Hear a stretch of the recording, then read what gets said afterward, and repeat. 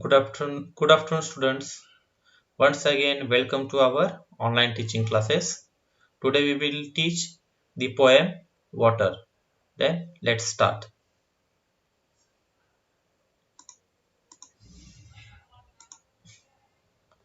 Uh, Before that, I will ask some questions to you. The first question is, from where do you get the water to your house? म्हणजे काय? तर तुम्ही पाणी तुमच्या घरासाठी कुठून आणता? Then from where do you get water to your house? तुम्ही तुमच्या घरी पाणी कुठून कुठून आणता? तर नळ, बोर असेल, विहीर असेल, त्या ठिकाणी तुम्ही तुमच्या घरी पाणी आणता. Then do you know the names of the some rivers? म्हणजे तुम्हाला काही नद्यांची नावं माहिती आहेत का? What are they?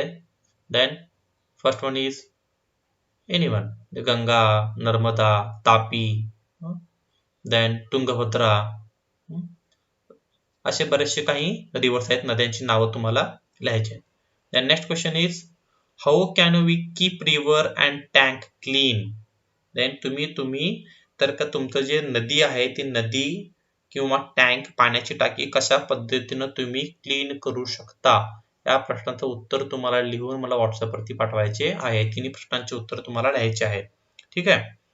Then we will start the poem water. See what they saying, water has no taste at all. म्हणजे काय, तर पाण्याला चव नाही. का चव असते? नाही. water has no smell. पाण्याला सुगंध किंवा वास नाही. waters in the waterfall, in pump, tub and well. तर काय म्हटलं बघा, तर waters in the waterfall. Waterfall म्हणजे काय, तर धबधबा. धबधब्यामध्ये पाणी असतं, पंप मध्ये पाणी असतो, टब मध्ये पाणी असतं आणि विहिरीमध्ये सुद्धा पाणी असतं.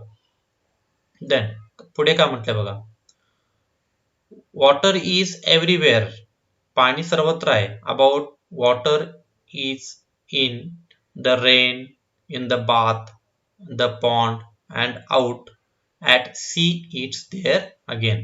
बघा, पाणी तुम्हाला कुठे कुठे दिसतंय, तर पावसाचं पाणी दिसतं, बाथ आंघोळच्या ठिकाणी दिसतं, पॉन्ड तळ्यामध्ये दिसतं, आणि बाहेर कुठे सी म्हणजे काय, समुद्र, या ठिकाणी सुद्धा आम्हाला पाणी दिसतं. तर बघा काय म्हटलंय बघा, talk with your friends beside you about the following questions. तुम्हाला तुमच्या मित्रांना विचारतात काय, पहिल्या स्टँजामध्ये what are the main idea in the first stanza? या पहिल्या ओळी कडव्यामध्ये तुम्हाला काय सांगितलं आहे, काय समजतंय? तर आन्सर काय येणार बघा त्याचं, तर in the first stanza poet, कवी काय सांगतोय, सांगण्याचा प्रयत्न करतोय, तर tries to describe about the physical descriptions. ठीक आहे, of the water. He describe that water doesn't have the taste, then and smell. He tells that water is found in the waterfalls, pump, tough and well. म्हणजे तर काय, पहिल्या स्टँजाचा अर्थ काय होतो, then he describes, the poet, कवी काय डिस्क्राइब करतोय, water doesn't have taste and smell. He tells that water is found in the waterfall, pump, tough and well. तर पाणी कुठे कुठे आढळतं बघा, तर waterfalls, pumps and pond and well. ठीक आहे. पुढे काय म्हटलंय बघा, water comes into my eyes. आपल्या डोळ्यातून पाणी येतं. केव्हा येतं, ज्या वेळेला कोणा मला ओरडतं, कोणा मारतं, त्यावेळेला आमच्या डोळ्यातून पाणी येतं भावनिकून. And down my cheek in the tears. मग ते पाणी, डोळ्यातलं पाणी गळलं कुठे येतं, आपल्या गालावरून खाली येतं. वेन मदर क्राईज, ज्यावेळेला आई ओरडते त्यावेळेला पण ते पाणी येतं. त्यावेळेला go back and try to wash behind those ears. ते जा, परत जा आणि ते कान तुझे आहेत ते पुन्हा एकदा स्वच्छ धुवून. आता ज्यावेळेला ओरडते त्यावेळेला, किंवा काही ओरडते किंवा शॉर्ट करते, त्यावेळेला आपल्या डोळ्यातून पाणी येतं. पुढे काय म्हटलंय, पुढचा प्रश्न काय, तर what is the main idea in the second stanza? तर या दुसऱ्या स्टँजा, दुसऱ्या कड्यामध्ये काय म्हटलेलं आहे, तर in the second stanza poet tells about the availability of the water as everywhere. प्रत्येक ठिकाणी पाणी आहे. कुठे कुठे आहे, तर it's found in the rain, then the bath and the pond and also in the sea. या ठिकाणी ते पाणी आपल्याला भेटतं. आणि थर्ड मध्ये काय म्हटलंय, what is the main idea in the third stanza.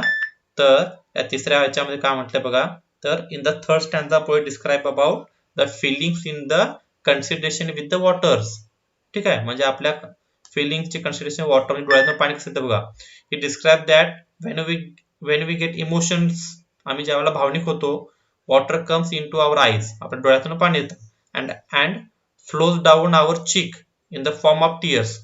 ठीक आहे, मग आपल्या त्या अश्रू आपले खाली येतात. At last he tells about the feelings of the mother when she cries. When she cries, we go back and cry at back of the ears.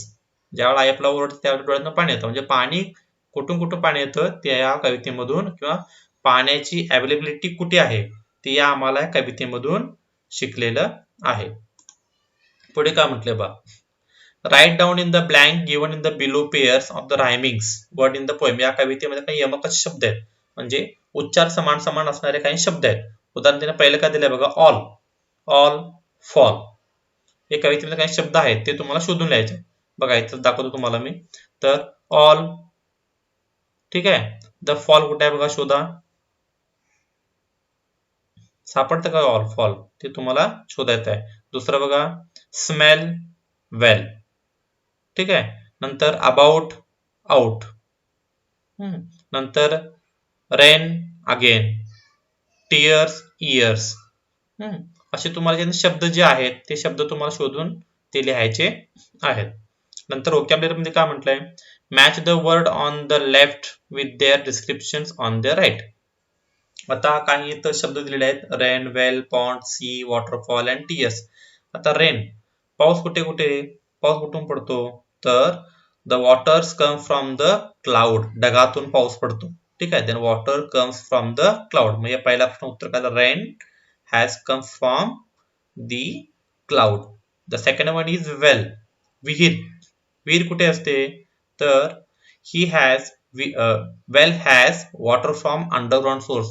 आपल्या जमिनीच्या खालच्या भागातून ते पाणी येतं, त्यामुळे त्याला आपण काय म्हणतो, विहीर. Third one is pond. Pond म्हणजे काय, तळ. मग ते काय नव्हतं, तर rain water gets collected here. म्हणजे या ठिकाणी पावसात जे पडलेलं जे पाणी आहे ते ज्या ठिकाणी साचतं त्याला आपण काय म्हणतो, तळ म्हणतो. नंतर सी, सी म्हणजे काय, तर समुद्र. तर समुद्राचं पाणी कसं असतं, तर sea has salt and many minerals. तर हे समुद्राचं पाणी खारट आणि त्याच्यामध्ये काही बरेचसे असे क्षार असतात.